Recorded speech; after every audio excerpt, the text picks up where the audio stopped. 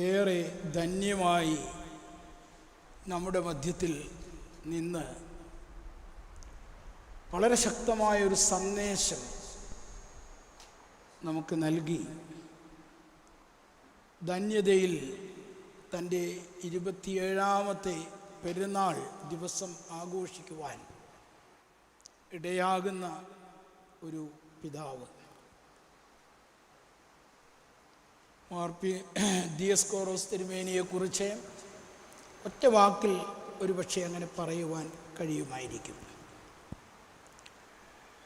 ബലഹീനായി ഞാൻ ഈ ദേവാലയത്തിൽ വിശുദ്ധ ബലി അർപ്പിച്ചിട്ടുണ്ട്, വൈദികനായിട്ടും മെത്രാപ്പോലീത്തയായിട്ടും. പ്രത്യേകിച്ച് വന്യനായ ഔഗൻ റബ്ബാച്ചിൻ്റെ മരണവുമായി ബന്ധപ്പെട്ട സമയത്ത് ഈ പരിശുദ്ധ പിതാവിൻ്റെ പെരുന്നാളിൽ പങ്കെടുക്കുവാനിടയായിട്ടുണ്ട്. എന്നാൽ കുർബാന അർപ്പിക്കുവാനുള്ള സാഹചര്യം ഉണ്ടാകാറില്ല. ഞാൻ വളരെ ജൂനിയറായിട്ടുള്ളൊരു മെത്രാപ്പോലീത്തയാണ് ഈ കാലങ്ങളിലൊക്കെ. ഇന്നും അഭിനന്ദനായ തെവോദോസിസ് തിരുമേനിയാണ് ഞങ്ങളുടെ കൂട്ടത്തിൽ മൂപ്പൻ. ഇപ്പോഴുള്ള ഈ 4 പേര്, തിരുമേനി സൈഡിലെ ത്രോണോസിലും ഞാൻ മധ്യത്തിലെ ത്രോണോസിലും കുർബാന അർപ്പിക്കുന്നത് ഒരു പ്രോട്ടോക്കോൾ ലംഘനമാണ് യഥാർത്ഥത്തിൽ. എന്നാൽ എന്തുകൊണ്ടാണ് എന്നോട് ഇങ്ങനെ ആവശ്യപ്പെട്ടതെന്ന് ചോദിച്ചാൽ, ഞാൻ തിരുവനന്തപുരം ഭദ്രാസനത്തിൻ്റെ സഹായ മെത്രാപ്പോലീത്ത എന്നൊരു സ്ഥാനം പരിശുദ്ധ ബാവാ തിരുമേനി നൽകിയിരിക്കുന്നു എന്നുള്ളത് ഒരു വശത്തും, ഒപ്പം തന്നെ ഇവിടെ വിശുദ്ധ കുർബാന ഞാൻ അർപ്പിക്കുന്നത് അധികം ആളുകൾ ഒരുപക്ഷെ കണ്ടിട്ടുണ്ടാവുകയില്ല എന്നുള്ളത് കൊണ്ടും ഒക്കെ മാത്രവുമല്ല, തെവോദോസിസ് തിരുമേനിയും നിക്കോദിമോസ് തിരുമേനിയും ഒക്കെ എപ്പോഴും ഇവിടെ ഉള്ള പിതാക്കന്മാരാണ് എന്നുള്ളത് കൊണ്ടുമാണ്. അനുസ്മരണമായിട്ടൊരു വാക്ക് പറയുവാൻ ഞാൻ ചോദിച്ചു, സേവറിസ് തിരുമേനി പറയുന്നു എന്ന് ചോദിച്ചപ്പോൾ തിരുമേനി പറഞ്ഞു, ഞാൻ വിശദമായിട്ട് മുമ്പ് പറഞ്ഞിട്ടുണ്ട് എന്ന് പറഞ്ഞതുകൊണ്ടാണ് കുർബാന മധ്യേ ഏതാനും വാക്കുകൾ പറയാം എന്ന് ദൈവത്തിൽ ശരണപ്പെടുന്നത്. നമ്മുടെ വാങ്ങിപ്പോയ പട്ടക്കാരെ മേൽപ്പട്ടക്കാരെയൊക്കെ ഓർക്കുന്ന സന്ദർഭത്തിൽ അതിമനോഹരമായ വേദഭാഗം, അനേകം വേദഭാഗങ്ങൾ നമുക്കുണ്ട്. അതിൽ യോഹന്നാൻ 17 ഇന്നലെ വൈകിട്ട് നാം വായിച്ചു കേട്ടത്. അവിടെ കർത്താവിൻ്റെ മഹാപുരോഹിത പ്രാർത്ഥനയോട് ചേർന്ന് നിന്ന് പൗരോഹിത്യത്തിൻ്റെ മഹത്വം എന്താണ് എന്ന് വർണ്ണിക്കുന്ന ഭാഗമാണ്. ഇന്ന് ശുദ്ധമുള്ള മത്തായി ശ്ലീഹായുടെ സുവിശേഷം 24-ാം അധ്യായത്തിൽ നിന്നാണ് അവിടെ പറയുന്ന ആ സംഭവമാണ് നാം എന്നും യജമാനൻ വരുമന്നേരം ഉണർവുള്ളവരായിരിപ്പീൻ എന്നുള്ള ആ ഗാനത്തിൽ, ആ ഗാനം ഈ വേദവായന ഭാഗത്തിൻ്റെ ഗാന രൂപമാണ് കൂക്കോയോ രാഗത്തിൽ എന്ന് നമുക്ക് അറിയാം. ഏൽപ്പിച്ചിരിക്കുന്ന താലന്തുകൾ നിർവിശങ്കം അഥവാ ധൈര്യത്തോടുകൂടി ആ താലന്തുകളെ വ്യാപരിപ്പിക്കുവാൻ, അതുകൊണ്ട് വ്യയം ചെയ്യുവാൻ, ക്രിയാത്മകമായി വ്യയം ചെയ്യുവാൻ, അങ്ങനെ അതിനെ 30ഉം 60ഉം 100ഉം മേനിയായി വളർത്തുവാൻ ഇടയാകണം എന്ന് കർത്താവ് വ്യക്തമായി നമ്മെ പഠിപ്പിക്കുന്നുണ്ട്. അതുകൊണ്ടാണ് 5 താലന്ത്, 2 താലന്ത്, 1 താലന്ത് ഈ ഉപമയും പൗരോഹിത്യത്തിൻ്റെ ഓർമ്മകളിൽ പ്രത്യേകം പറയുന്നതാണ്. 5 കൊണ്ട് 5 ലാഭമുണ്ടാക്കിയവനെ കൊള്ളാം, ഉത്തമനും വിശ്വസ്തനുമായ ദാസ എന്ന് വിളിച്ചു. 2 കൊണ്ട് 2 കൂടെ ലാഭമുണ്ടാക്കിയവനെയും കൊള്ളാം, ഉത്തമനും വിശ്വസ്തനുമായ ദാസ എന്ന് വിളിച്ചു. ഞാൻ ഓർക്കാറുണ്ട്, ചിലപ്പോൾ ഒരു കുന്നംകുളംകാരനെയാണ് ഏൽപ്പിച്ചതെങ്കിൽ 2 കൊണ്ട് അവൻ 20 ഉണ്ടാക്കുമായിരുന്നു. അങ്ങനെ ഉണ്ടാക്കിയാൽ അവനെ ഉത്തമനും വിശ്വസ്തനുമായ ദാസ എന്ന് വിളിക്കുമ്പോൾ സംശയമുണ്ട്, മറിച്ച് നീ എന്തോ കുഴപ്പം കാണിച്ചിട്ടുണ്ട്, സാമ്പത്തിക ക്രമക്കേട് നീ ചെയ്തിട്ടുണ്ട് എന്നും പറയുമായിരുന്നു എന്ന് എനിക്ക് തോന്നുന്നു. എന്നാൽ ഒരു നൽവരം ലഭിച്ചവനെ അവനത് കുഴിച്ചിട്ടിട്ട് അവൻ യജമാനനെ അപഹസിച്ചുകൊണ്ട് പറഞ്ഞു, നീ ഇല്ലാത്തത് പിരിച്ചെടുക്കുന്നവനാണ്, അതുകൊണ്ട് നിൻ്റേത് ഞാൻ കുഴിച്ചിട്ടു, അത് നീ ഇപ്പോൾ എടുത്തുകൊണ്ട് പോയിക്കൊള്ളുക. അവനോട് പറയുന്ന മറുപടി വളരെ കഠിനമായ മറുപടിയാണ് കർത്താവ് പറയുന്നത്. എനിക്ക് എൻ്റെ ജീവിതത്തിൻ്റെ പശ്ചാത്തലത്തിൽ എനിക്കറിയാവുന്ന ദിയസ്കോറോസ് തിരുമേനിയെ 2-3 ഘട്ടങ്ങളിലായി ഓരോ വാക്കിൽ പറയുവാൻ സാധിക്കും. അവിടെയെല്ലാം തന്നെ ഏൽപ്പിച്ച താലന്തുകൾ ഏറെ വിശ്വസ്തയോടെ കൈകാര്യം ചെയ്തൊരു പിതാവിനെ ഞാൻ കണ്ടിട്ടുള്ളത്. ഞാൻ അദ്ദേഹത്തെ ആദ്യം ഒരുപക്ഷെ കാണുന്നത് എനിക്ക് 12 വയസ്സ് തികയുന്നതിൻ്റെ 2 ദിവസം മുൻപാണ്. പഴഞ്ഞി സെൻറ്റ് മേരീസ് ദേവാലയത്തിൽ വെച്ച് ഈ പിതാവ് മലങ്കര സഭയ്ക്ക് വേണ്ടി ദിയസ്കോറോസ് എന്ന നാമത്തിൽ പട്ടമേൽക്കുമ്പോൾ ആ മദ്ബുഹായുടെ മുൻപിൽ താഴെ ഞാനൊന്നും ശുശ്രൂഷയ്ക്ക് കയറിയിട്ടില്ല, താഴെ കുട്ടികളുടെ കൂട്ടത്തിൽ നിന്ന് അന്ന് ഒക്കെ ഭയത്തോടും വിറയലോടും കൂടിയാണ് മാത്യൂസ് പ്രഥമൻ ബാവ ശുശ്രൂഷകൾ നടത്തുമ്പോൾ നാം അവിടെ നിൽക്കുന്നത്. അപ്പോൾ ഈ അച്ഛനെ ദിയസ്കോറോസ് എന്ന് ഓക്സിയോസ് വിളിച്ച് ഉയർത്തുന്നത് കാണുവാനുള്ള ഭാഗ്യം എനിക്കുണ്ടായിട്ടുണ്ട്.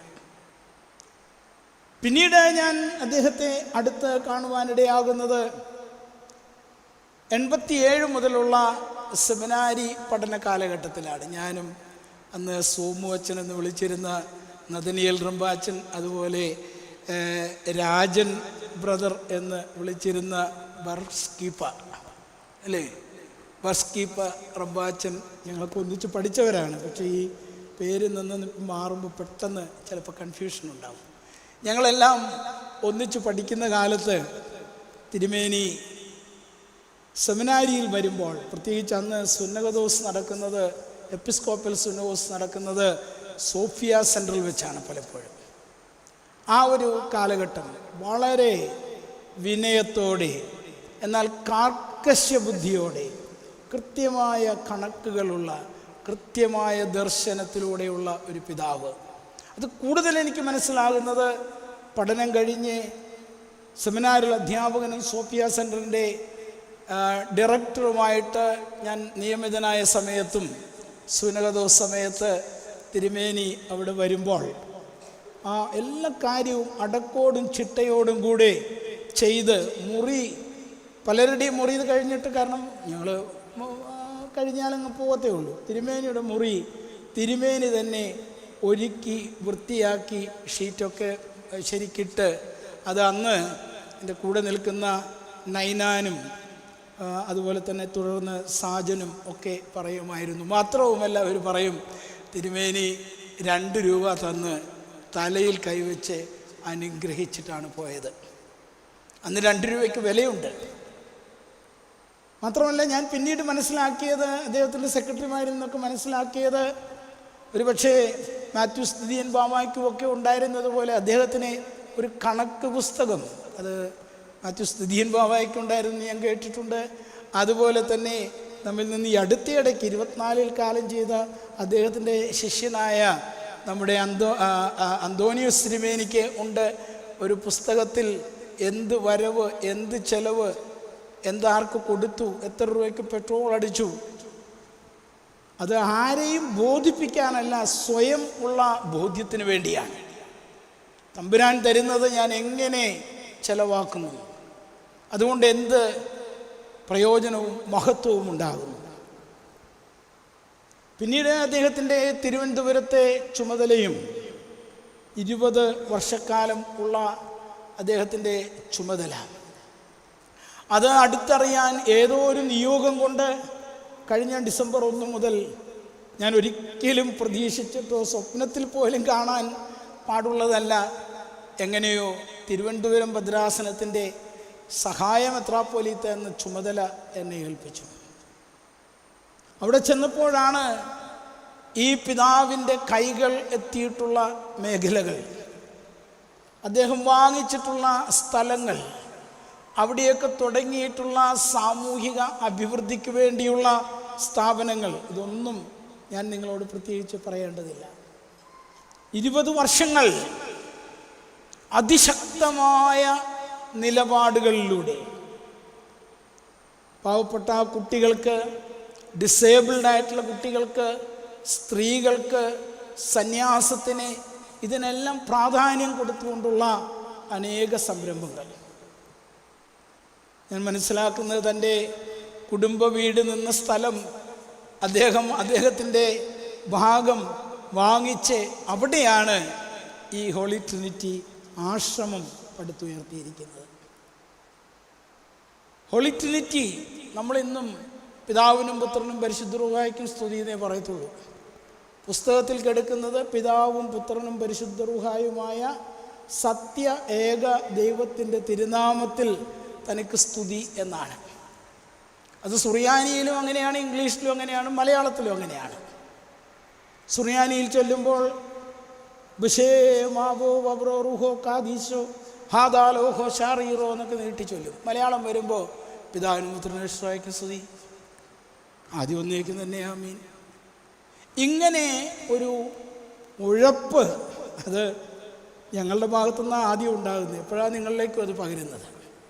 എന്നാൽ ഈ പിതാവും പുത്രനും പരിശുദ്ധ റൂഹായുമായ സത്യ ഏക ദൈവം, ദ ഹോളി ട്രിനിറ്റി, അത് അദ്ദേഹത്തിൻ്റെ എല്ലാ സ്ഥാപനങ്ങളുടെയും എംബ്ലത്തിൽ അതുണ്ട്. God the Father, the Son and the Holy Spirit, one true God.